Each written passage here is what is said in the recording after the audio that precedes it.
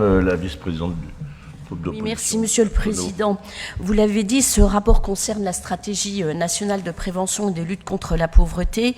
Il est fait état dans le rapport, et notamment dans ses annexes, de cibles fixées pour chaque année, et ce jusqu'en 2027, pour chacune des 8 actions.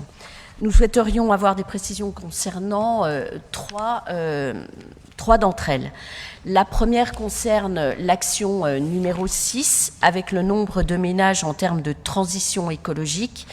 Alors qu'en 2024, 34 ménages avaient été aidés, on peut lire qu'en 2025 et 2026, il n'y a aucun objectif d'inscrit, aucun chiffre, alors que cette action est financée à hauteur de 20 000 euros. La deuxième action concerne la numéro 5, concernant l'accompagnement du nombre de personnes vieillissantes en précarité, là aussi. Pas de chiffre pour 2024, encore moins concernant la cible prévue pour 2025, alors que l'action, elle, est financée à hauteur de 30 000 euros.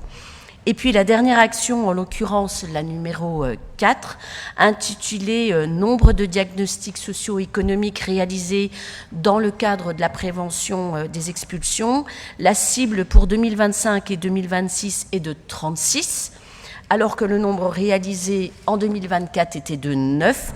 Pourquoi aussi peu de diagnostics alors que le chiffre des expulsions est en constante augmentation et que là aussi, un montant est prévu à hauteur de 40 000 euros.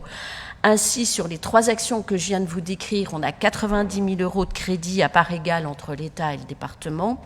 Ce sont donc des crédits d'accompagnement qui, je le rappelle, entrent dans la stratégie de prévention et de lutte contre la pauvreté.